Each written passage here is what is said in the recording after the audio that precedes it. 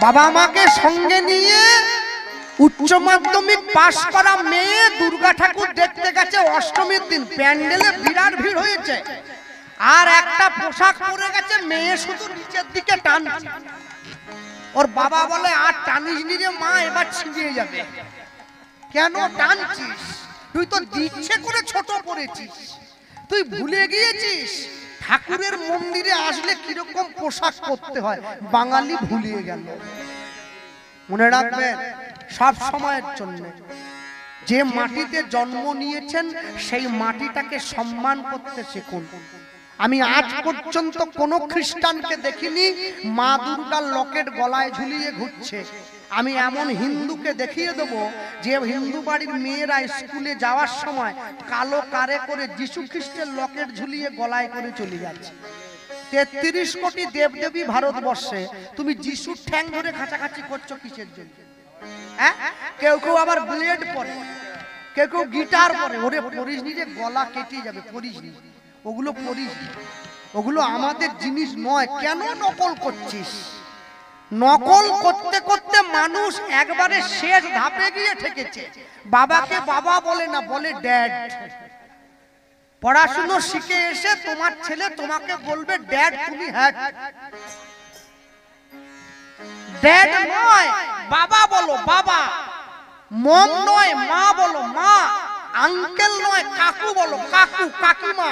এর থেকে পবিত্র ডাক আর হয় না। যখন সারা বিশ্বের মানুষ মূর্খ ছিল তখন হিন্দুরা বেদ লিখেছিল। আমরা সেই দেশের লোক।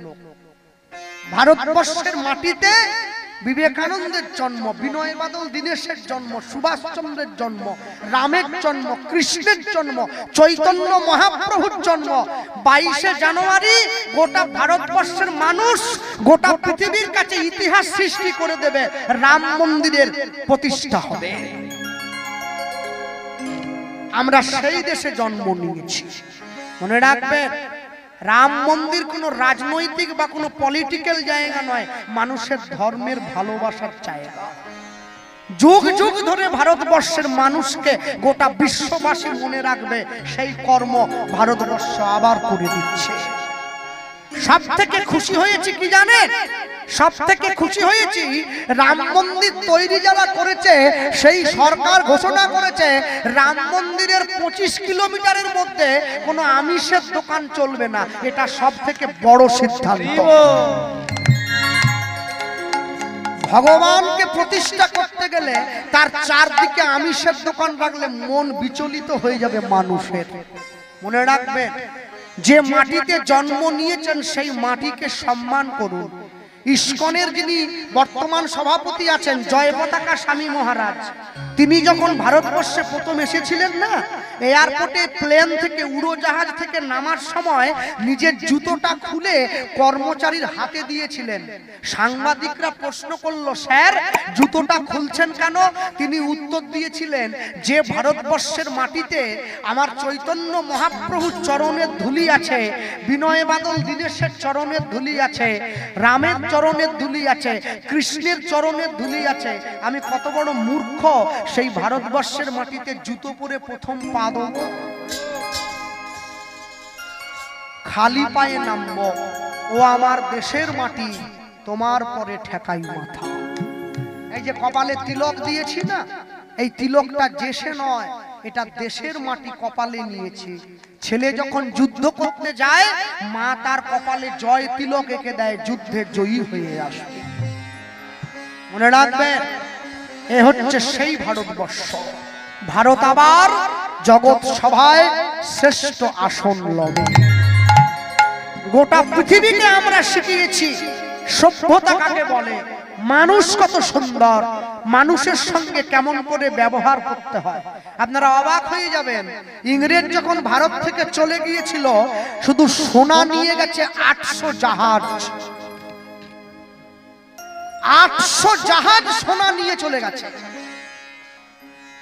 তারপরেও আমরা বেঁচে আছি, সুখে আছি। কেন জানেন? মন্বন্তরে মরিনি আমরা মারি নিয়ে ঘর করি, বাঁচিয়া গিয়াছি বিধির আশিসে অমৃতের টিকা পড়ি, মুক্ত বেনির গঙ্গা যেথায় মুক্তি বিচরে রঙ্গে, আমরা বাঙালি বাস করি সেই বঞ্চিত ভূমিবঙ্গে। এই যে আমার মাকে দেখছেন, আমার মা, আমি যখন ছোট ছিলাম আমি দেখতাম আমার মা একটা ঝাঁটা নিয়ে উঠোন ঝাঁট দিত। মায়েরা দাও নারকেল ঝাঁটা নিয়ে সকালবেলা। তা আমার মাকে আমি প্রশ্ন করেছিলাম, মা এই ঝাঁটাটা এরকম কেন, উপরের দিকটা গোটানো নিচের দিকটা খোলা, আবার সরু সরু কাঠি আছে একটু করে ফাঁকা আছে? আমার মা আমাকে একটা খুব সুন্দর উত্তর দিয়েছিল। বলে উত্তরটা কি জানেন? উত্তরটা এটাই, আমার মা বলেছিল, জানো আমরা তো ভারতীয়, আমরা কারো উপরে আঘাত করতে শিখি নাই। এই ঝাঁটাটায় ফাঁকা কেন আছে জানো? যাতে ঝাঁট দেওয়ার সময় এই ঝাড়ুর আঘাতে কোনো জন্তু, কোনো পোকা, কোনো পতঙ্গ সে যেন আঘাত পেয়ে মারা না যায়, তাই ফাঁকা রাখা আছে। একটা ঝাঁটা বানিয়েছে ভারতবর্ষের মানুষ, এখানে পর্যন্ত বৈজ্ঞানিক চিন্তাধারা লুকিয়ে আছে। আপনি রসগোল্লার দিকে তাকান, ওই দোকানে ভাজা হচ্ছে, রসগোল্লাটা রসে ভরে থাকে কিন্তু রসের উপরে ভেসে থাকে। এটা পর্যন্ত আমাদের সৃষ্টি। যখন পুরো পৃথিবীর মানুষ উলঙ্গ হয়ে ঘুরে বেড়াতো, ভারতবর্ষের মানুষ তাদেরকে পোশাক পরা শিখিয়েছে। পোশাক পরতে হয়, লজ্জা ঢাকা দিতে হয়। মনে রেখো, কোনদিন নিজেকে ছোট করবে না। ভারতবর্ষের মানুষ, তুমি বোঝো, আমি বিশ্ব হিন্দু পরিষদের একজন সদস্য। আমি জানি হিন্দু জাতি, হিন্দু সম্প্রদায়ের অবস্থা বড় শোচনীয়। দিন সামনে আসার আগে তোমরা নিজেদের জায়গাটা বুঝে নাও, গর্ব করে বলবে আমি হিন্দু। বিবেকানন্দের ভাষায় বললাম, মনে রাখবে সব সময়ের জন্য তোমরা এক হবে। কেন? একটা মুসলিম বাড়ির কোনো ছেলেকে একটা চড় দিয়ে দিলে গোটা মুসলিম পাড়া চলে আসে, আমাদের ছেলেকে কেন মারলে? আর একটা হিন্দু বাড়ির ছেলে রাস্তায় পা ভেঙে অ্যাক্সিডেন্ট করে পড়ে থাকলে পাশ দিয়ে হিন্দুরা দেখে চলে যায়, তাকে বাঁচাবার জন্য কেউ ছুটে যায়। কেন? আমাদের একতা নেই, একতা তৈরি করতে হবে। হাতে হাত ধরো, ব্রাহ্মণ, ক্ষত্রিয়, বৈশ্য, শূদ্র, হাড়ি, মুচি, মেথর, তেলি, কামার, ডোম, মাহেশ্ব, কায়স্থ এক থাকবে। একের বিপদে অন্যে ঝাঁপিয়ে পড়বে, তবে তো তোমরা জগতের মাঝে পরিচয় দিতে পারবে। স্বাধীনতাহীনতা একে বাঁচিতে চায়, দাসত্ব শৃঙ্খল বলো কে পরিবে পায়। ভক্তমণ্ডলী, ভক্তিমতী মায়েরা, সব সময়ের জন্য মনে রাখবে, কোনদিনের জন্য নিজেকে ছোট করবে না, নিজেকে সেই জায়গায় নিয়ে যাবে না যাতে লুকিয়ে পালিয়ে যেতে হয়। দুঃখ কখন হয় জানেন? আমি যখন দেখি একটা এমএ পাস ছেলে রাস্তার পাশে একটা চায়ের দোকান করেছে, দুঃখ তখন হয় না। দুঃখ হয় তখন যখন দেখি একটা এমএ পাস করা ছেলে একটা ঝাড়ুদারের চাকরি করবে বলে একটা 8 ফেল নেতার সই আনতে যায়, দুঃখ হয় তখন। কেন? নেপোলিয়ন বলেছিলেন, 100টা কুকুর যদি যুদ্ধ করে, একটা সিংহ যদি ওদেরকে নেতৃত্ব দেয়, কুকুরগুলো সিংহের মতো লড়াই করবে। আর 100টা সিংহ যদি যুদ্ধ করে, একটা কুকুর যদি ওদেরকে নেতৃত্ব দেয়, সিংহগুলো কুকুরের মতো মরে যাবে। আপনি ঠিক করবেন আপনার জীবনের প্রধান নেতা হিসাবে কাকে নির্বাচন করবেন। জীবন সমুদ্রে নৌকা চালাতে গেলে যে আপনার জীবনকে সুস্থভাবে জীবনের পাড়ে পৌঁছে দেবে, তাকে জীবনের নেতা বানান। হ্যাঁ, ঠাকুমাগুলো হয়েছে তেমনি, এরা জীবনে হরিনাম নেয় না, জীবনে কীর্তন শোনে না, ড্যান্স হাঙ্গামা যাত্রা হলে মাদুর পেতে দেয়। আর নাতনি যখন গিয়ে প্রণাম করে, ঠাকুমা আশীর্বাদ করে 100 ছেলের মা হবে। শালা একটা নিয়ে পারেনি, গোটা পাড়া জালি ছেড়ে দিচ্ছে, বলে 100 ছেলের মা। তুমি আর ভাষা পেলেনি আশীর্বাদ করার। আশীর্বাদ করবে, মানুষের মতো মানুষ হবি, কোনোদিন কারো ঠকিয়ে নিবি না, নিজের ঝকের ধন ছাড়বি না, কারোর থেকে নিবি না। মনে রাখবে, এ হচ্ছে সেই ভারতবর্ষ, যে ভারতবর্ষে সৈনিকের দরকার, আবার সাধুরও দরকার। সৈনিক না হলে দেশ রক্ষা হবে না, সাধু না হলে দেশের অন্দরে শৃঙ্খলা বজায় থাকবে। হরি বল, হরি বল। ভক্তমণ্ডলী, ভক্তিমতী মায়েরা, তাই সকলে বলবেন প্রত্যেক দিন সন্ধ্যেবেলা, আমি বলে গেলাম, আমি জানি না আমার কণ্ঠস্বর কতদূর পর্যন্ত যাচ্ছে। আর যে দাদা ভাই মাইক সাউন্ড সহযোগিতা করেছে, অপূর্ব সাউন্ড দিয়েছে, সকলে ওকে আশীর্বাদ করবেন। সারা জীবন তো আওয়াজ দিয়ে গেল, জীবনের ঠিক সময়ে যেন তার ডাকটা কানে পৌঁছে যায়। এটাই গৌর প্রেমানন্দ। হরি বল, হরি বল। হ্যাঁ, সন্ধ্যেবেলা করে বাড়ির মায়েরা ওই স্বপ্নেশের সিরিয়ালগুলো দেখা বাদ দাও। তোমরা প্রত্যেকে বাড়ির ছেলে মেয়েগুলোকে সাথে নিয়ে 10 মিনিট করে কীর্তন গাইবে হাতে তালি দিয়ে, কিচ্ছু দরকার নেই। 10 5 মিলি নিজ দুয়ারে বসিয়া কীর্তন করিবে সবে হাতে তালি দিয়ে। হ্যাঁ, কমিটি আমাকে বারবার বলছে দাদা টাইম ফেল করবেন নি 5:30টা। কেন? আমি জানি তো 9:30টায় অনুরাগের ছোঁয়া। অমিতাভ বচ্চনকে দিয়ে কীর্তন করলো, লোক শুনবেনি, ওখানে দীপা সূর্য শুরু হয়ে গেছে। হ্যাঁ, কি দেখো তোমরা, কি দেখছো? একটা ছেলেকে নিয়ে 4টে মেয়ে খেটাখেটি করছে, একটা নায়কের 5টা করে বউ, একটা সংসারে 6টা করে কুটনি। ওই শিখছো বসে? দেখোনি, ও অনুরাগের ছোঁয়া নয়, ও শয়তানের ছায়া। ও একদম খবরদার, ও দেখবেনি। স্টার জলসা, জি বাংলা, এই দুটো মায়েদের মনে বিষ ঢুকিয়ে দিয়েছে সংসারে। মায়েরা বসে বসে দেখে হরগৌরী পাইস হোটেল। তোমার নিজের হোটেলে ধুলো পড়ে যাচ্ছে, তুমি হরগৌরী পাইস হোটেল দেখতে যাবে। সিরিয়াল, আজ পর্যন্ত সিরিয়াল দেখে কারো কল্যাণ হয়নি। আরে যারা অভিনয় করে ওরাই লজ্জা পেয়ে যাবে দেখলে, যে এত খারাপ অভিনয় করলাম কি করে। লজ্জা করেনি মানুষ? যে অমিতাভ বচ্চন জীবনে মোটরসাইকেল চাপেনি, 4 চাকায় চেপে ঘুরে বেড়ায়, সেই স্কুটির অ্যাড করছে, লোকে কিনছে। হ্যাঁ, অজয় দেবগান বিমল খায়, অ্যাড করলো প্যাকেট ধরে, তোমরা কিনে খাচ্ছ। মানুষকে বোকা বানিয়ে ছেড়ে দিচ্ছে। চিন্তা করবে নিজের জীবনের সঙ্গে, যে কি করার কথা ছিল, কি এসে করছি। প্রাণ ভরে বলবে, হাসি মাখা বদনে, ছলো ছলো নয়নে, আনন্দ কাননে মন ভ্রময়নি মা। একসঙ্গে বলো, হরি বলো, হরি বলো মনে রে আমার। হরি বলো, হরি বলো মনে রে আমার। হরি বল, হরি বল মনে রে আমার। হাসি মাখা বদনে, ছলো ছলো নয়ন, হাসি মাখা বদনে, চলো চলো নয়নে, আনন্দ কাননে মন, আনন্দ কাননে মন রময় বিনা। হরি বল নিতাই গৌর হরি বল। মনে আমার, হরি বল, হরি বল মনে আমার। কেউ তো কারো নয়, এ কথাটা সত্য, তুমি ভেবেও দেখো মন, সবাই অনিত্য। কেউ তো কারো নয়, এ কথা যে সত্য, ভেবে ভেবে না মন সবাই অনিত্য। শুধু গাড়ি আমার, বাড়ি আমার, টাকা আমার, পয়সা আমার। কি মেদিনীপুর থেকে একদম সোজা গড়বে তার বাসে উঠে, বাসের সিটে রুমাল রেখে দিয়ে বলে, সিট আমার। সিট কি তোমার? ও তো কোম্পানি। বলে আমি রুমাল রাখলাম যে, সারা জীবন ধরে সব আমার। আমি কোনোদিন চিন্তা করিনি আমি মরে গেলে আমি কার। যেদিন মরে যাব না, চোখের সামনে সব সরকারি খামার, আমার মনে কিছু নাই। কেউ তো কারো নয়। আস্তে আস্তে।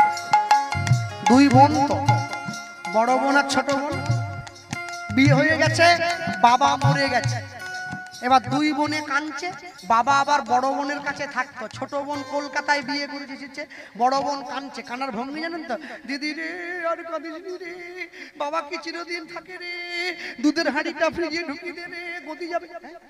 ভগবান বলে শালা দুটো ক্যাসেট একসঙ্গে বাজছে রে, দুধের হাঁড়িও ঢুকোচ্ছে, বাপ মরে গেছে কাঁদছে। এটা কোন দিকে লিখবো, লাল কালি না নীল কালি?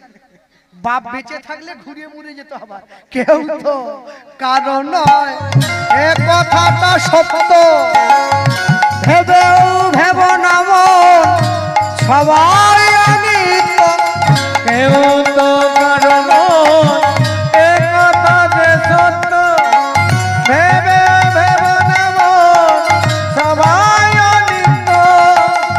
ওই দেখো শ্মশানে কি বারাত্রি দিনে, ওই দেখো শ্মশানে কি বারাত্রি দিনে, ওই দেখো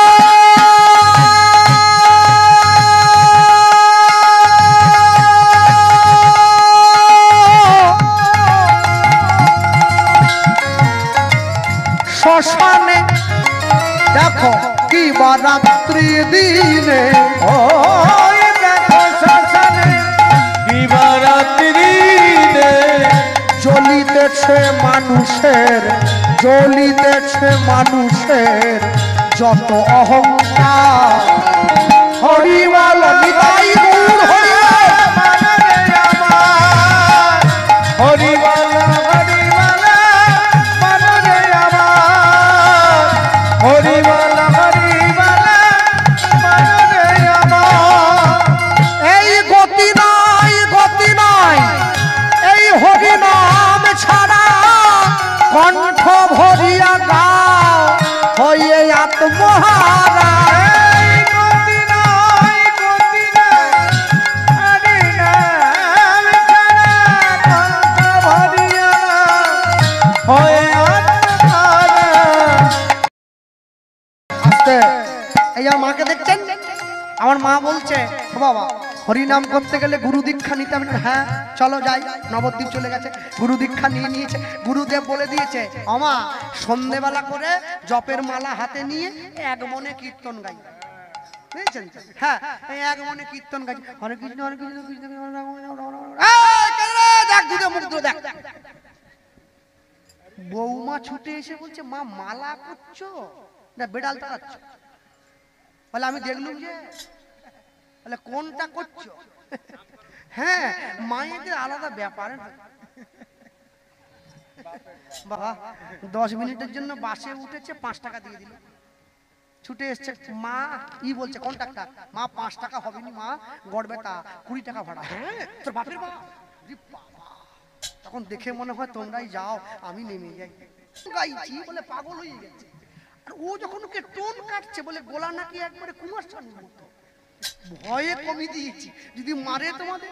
এই গতি নাই, গতি নাই এই হরিনাম ছাড়া, কণ্ঠ ভরিয়া গাও হয়ে আত্মহারা। গতি নাই, গতি নাই, হরি নাম ছাড়া কণ্ঠ ভরিয়া হয়ে আত্মহারা।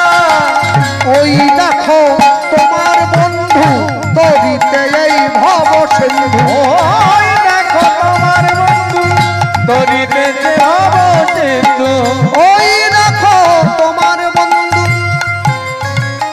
তরিতে যে ভব সিন্ধু, ওই দেখো তোমার বন্ধু তরিতে যে ভব সিন্ধু।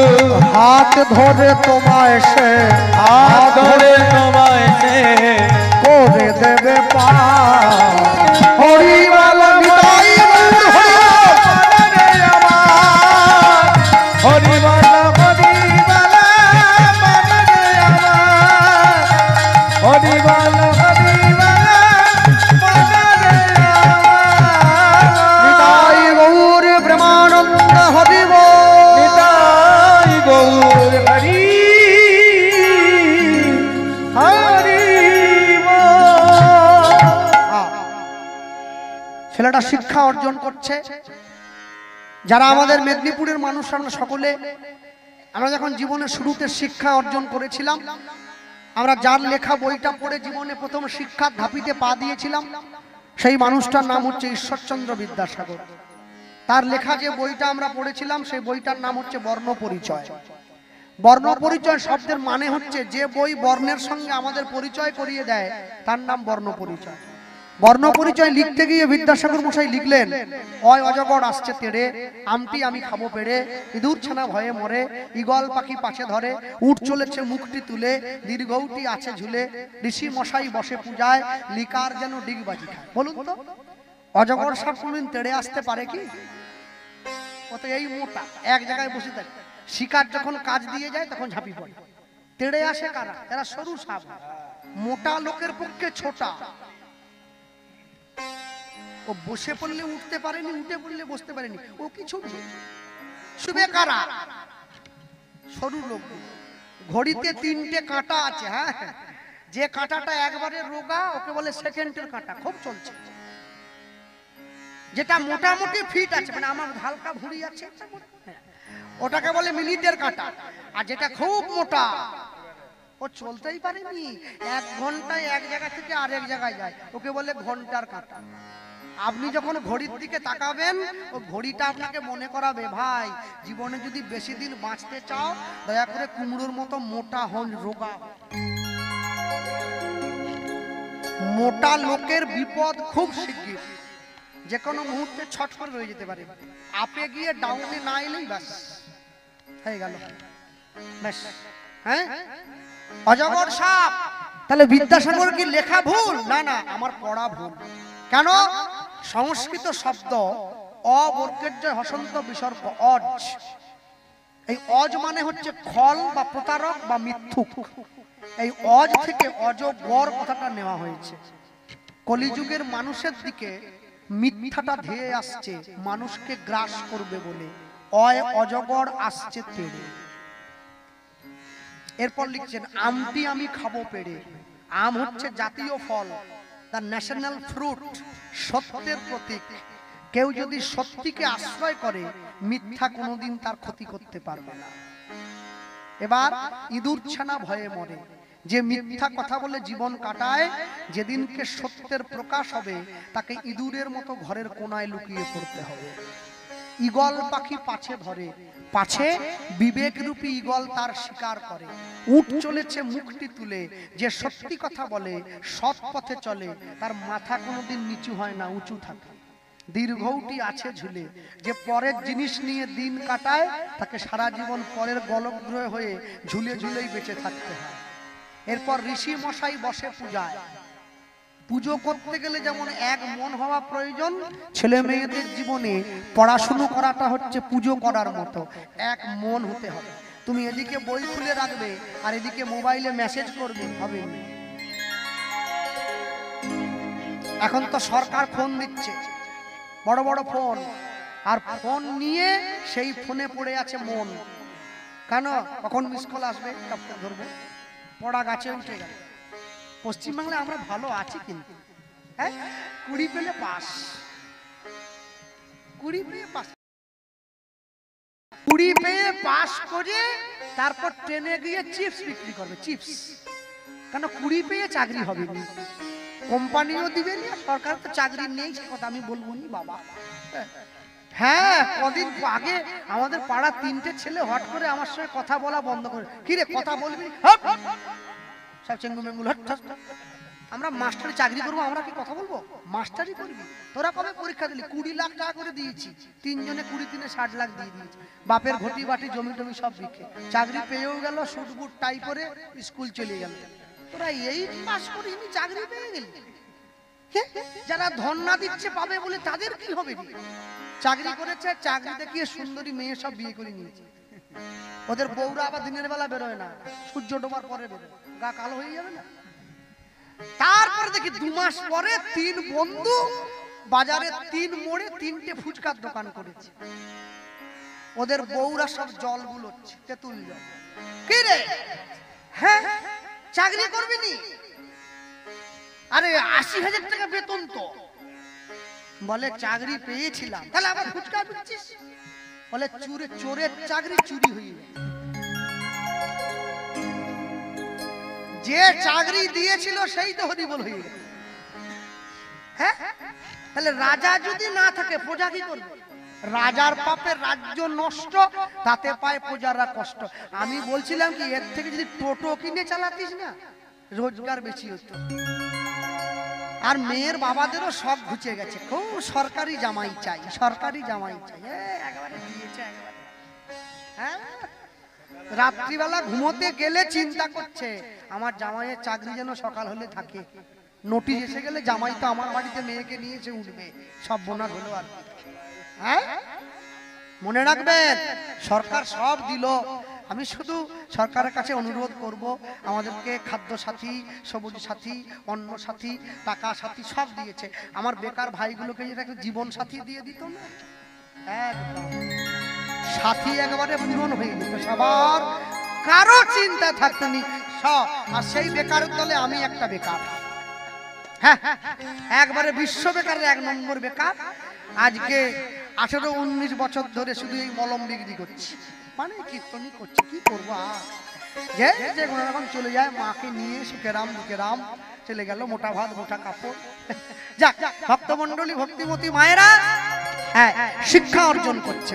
ঋষি মশাই বসে পূজায়, লিকার যেন ডিগবাজি খায়। যার জীবনের কোনো লক্ষ্য নেই, একবার বলে মাস্টার হব, একবার বলে ডাক্তার হব, একবার উকিল হব, একবার বলে ব্যারিস্টার হব, সে জীবনে কিছু করতে পারবে না। লাস্টে পলাশ চাবড়ির মোড়ে গিয়ে টোটো নিয়ে টোটো কোম্পানির ম্যানেজার হবে। ভক্তমণ্ডলী মায়েরা, ছেলের শিক্ষা অর্জন করতে করতে আজকে 15 বছর বয়স হয়েছে। মাকে গিয়ে বলছে, মা বাড়ির জালগুলো আমায় দাও তো। মা বলে, জাল নিয়ে কি করবি? বলে, যাবো নদীতে জাল ফেলার জন্য। বাঁকুড়া জেলায় ঢুকতে গেলে নদী একটা পড়ে, যার নাম বাঁকা নদী। নদীটা এখনো আছে। ছেলেটা জাল নিয়ে হাতে যাচ্ছে। আপনারা পাদরা গ্রামের ভক্তবৃন্দ এই প্রথম দেখবেন হলুদ রঙের জাল, লাল রঙের পাড় দেওয়া, জাল নিয়ে যাচ্ছে। বলো গোবিন্দ মাধব গিরিধারী, বলো গোবিন্দ মাধব গিরিধারী, বলো গোবিন্দ মাধব গিরিধারী, বলো গোবিন্দ মাধব গিরিধারী।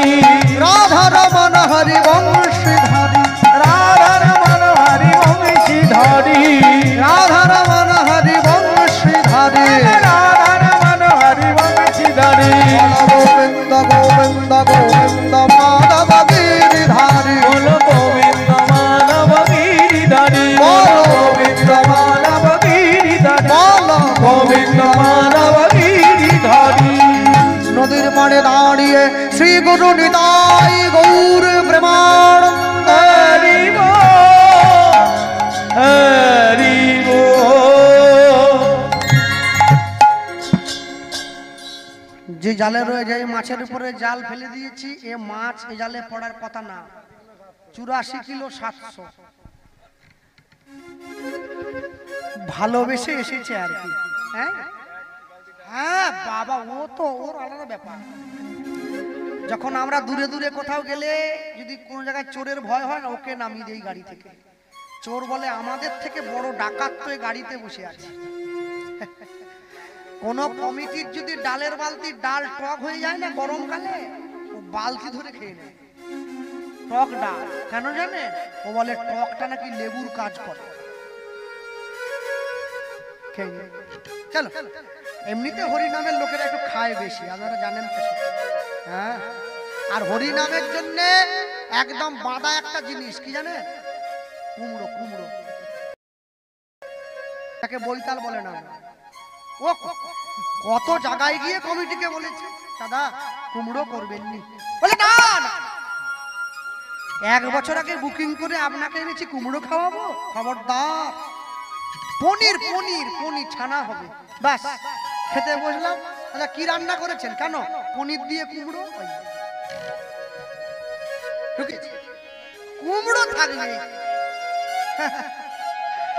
অনেক অনেক জায়গায় আবার কুমড়ো তরকারি করেনি, দেখি ভালো ভালো সবজি, দাদা কুমড়ো করেননি? বলে না, কুমড়ো খাওয়াবো না, কুমড়ো ভাজা নিয়ে আসছে, ফালি করে করে কাটা। কুমড়ো থাকতে হবে। কুমড়ো না খেলে হরি নামের লোক, সে নামের দল হোক সে কীর্তনের দল হোক, কুমড়ো দেখে। চলো জালটা টানি, একটা গান শোনাই তোমাদের। মরা নদী চরে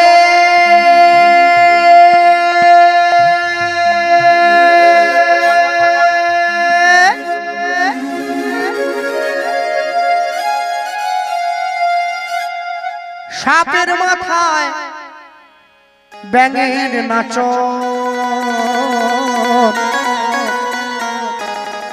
ময়ূর কেমনে দেখে রে, কি অপরূপ দেখলাম নয়নে।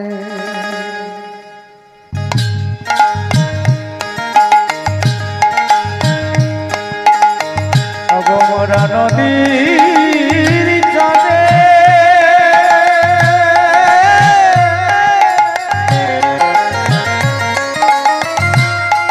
সাপের মাথা ব্যাঙের নাচ,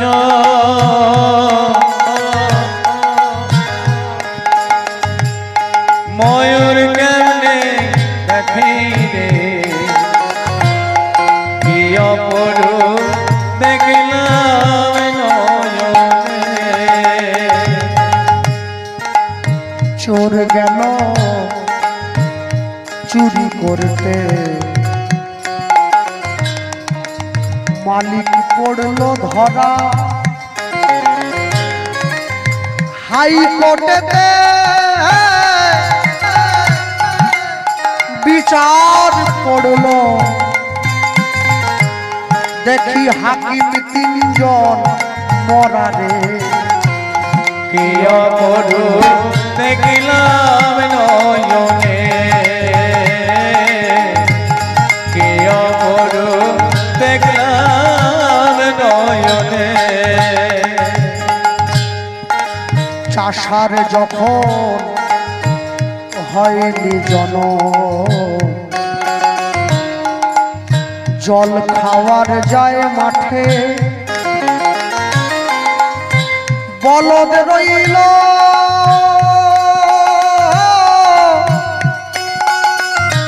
গাভীর পেটে, হাল টানিবে কিসেরে, কি অপরূপ দেখলাম নয়নে, কি অপরূপ দেখলাম নয়নে। কে লিখেছে গান? গান লিখেছে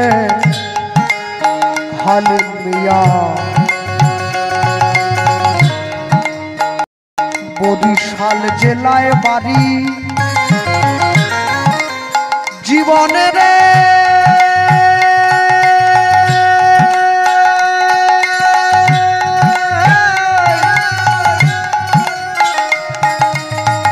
শেষ গান লিখা হালি, ছাড়ল রে ঘর বাড়ি রে, কি অপরূপ দেখলাম নয়নে,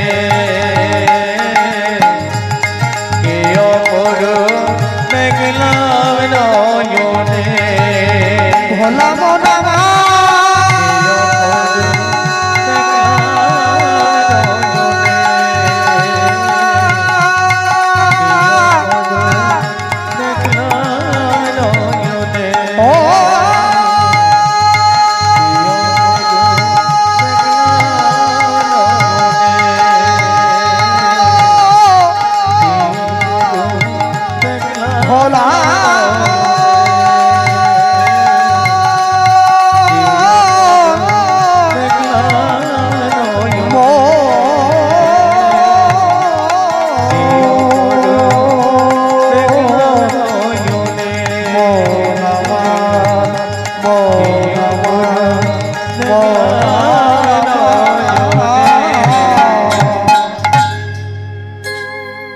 প্রথম বারেতে জাল জলেতে ফেলিল, জলেতে ফেলিল, শঙ্খ ঘণ্টা পঞ্চ প্রদীপ জালেতে উঠিল, জলেতে উঠিল, দ্বিতীয় বারেতে জাল জলেতে ফেলিল, জলেতে ফেলিল, চন্দন মাখা তুলসী পত্র জালেতে উঠি, জলেতে উঠিল, তৃতীয় বারেতে জাল জলেতে ফেলিল, জলেতে ফেলিল, চার খণ্ড ইটের টুকরো জালেতে উঠিল। জলেতে উঠিল। তিনবারের বার জাল ফেলে চারটে ইটের টুকরো পেয়েছে, শ্যাওলা পড়ে গেছে। বাড়ি গিয়ে বাবাকে বলছে, বাবা ইটের টুকরোগুলো ধুয়ে মুছে পরিষ্কার করে তুলসী মঞ্চ বানিয়ে দাও, আমি তুলসীতে জল দেবো। বাবা কি করলো, সেই ইটের টুকরোগুলো নিয়ে গিয়ে যখন জলে নিয়ে গিয়ে ধোয়ার জন্য ঘষা দিয়েছে, পরিষ্কার করে দেখতে পেল ছেলে এগুলো ইটের টুকরো পায়নি, একটা একটা সোনার টুকরো পেয়েছে। ওই যে ভগবান কথা দিয়েছিল রাজা হবে, সেই কথা। সেই সোনার টুকরো একটু একটু করে ভেঙে বাজারে বিক্রি করে তৈরি হলো মদন মোহনের মন্দির। গোপাল সিংহ রাজা হলো, কিন্তু মন্দির হলো, রাজা হলো। মন্দিরে ভগবান কোথায়? ভগবান না হলে তো মন্দির হবে না। বাবা বলল, তুই জালটা নিয়ে আরেকবার নদীতে যা। ছেলে গিয়ে আবার জাল ফেললো। এবার চতুর্থ বারেতে জাল জলেতে ফেলিল। জলেতে ফেলিল। জালের মধ্যে মদন মদন উপনীত হইল। জালের মধ্যে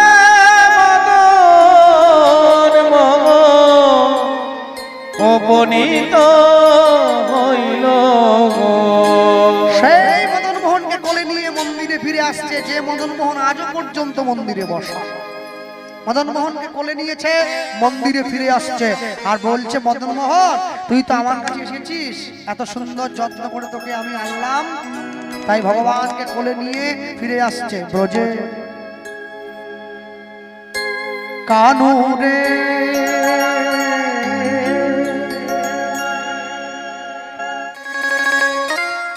কানুরে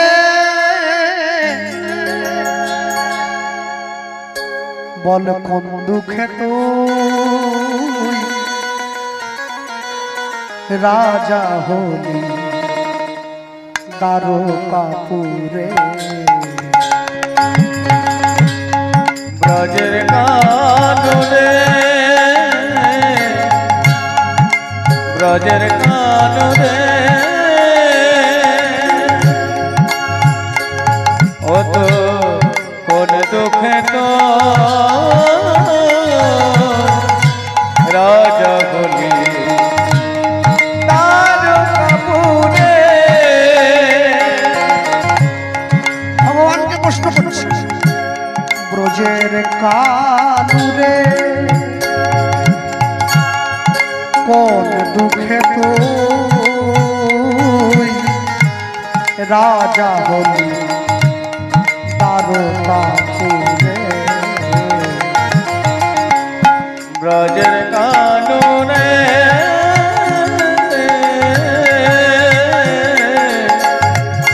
কোন দুঃখে তো রাজা বলি দ্বারকাপুরে। বাজিয়ে বাঁশি গোঠে বেনু, তুই চড়াবি না চড়াবি না আর কি ধেনু। বাজিয়ে বাঁশি ওঠে তুই চড়াবি না আর কি ধেনু। বাজিয়ে বাঁশি গোঠে বেনু, তুই চড়াবি না চড়াবি না আর কি ধেনু। বাজিয়ে বাঁশি গোঠে তুই চড়াবি না গোঠে ধেনু। করবি না আর সেই ব্রজে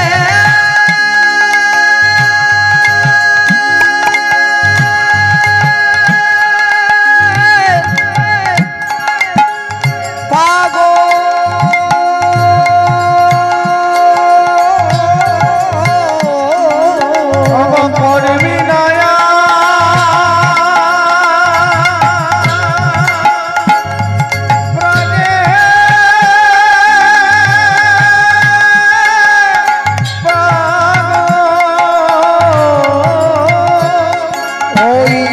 বাঁশির সুরে কোন দুঃখে তুই রাজা হই দ্বারকাপুরে ব্রজের কাননে কানুরে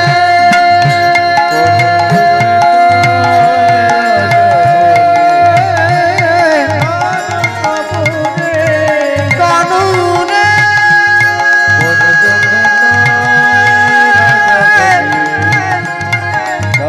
কানুরে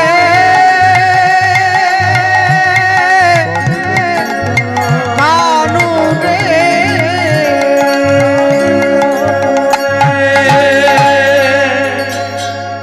সেই মদন মোহনকে নিয়ে এসে মন্দিরে বসিয়ে দিল। আজও পর্যন্ত সেই মদন মোহন একইভাবে মন্দিরে বসে আছে দণ্ডায়মান।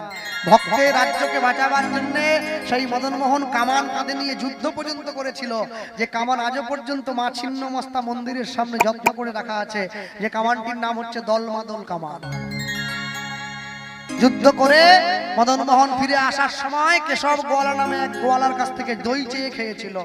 সেই কেশব গোয়ালা মৃত্যুর পরে বাগবাজারের জমিদার গোকুল মিত্র রূপে জন্ম হয়েছিল।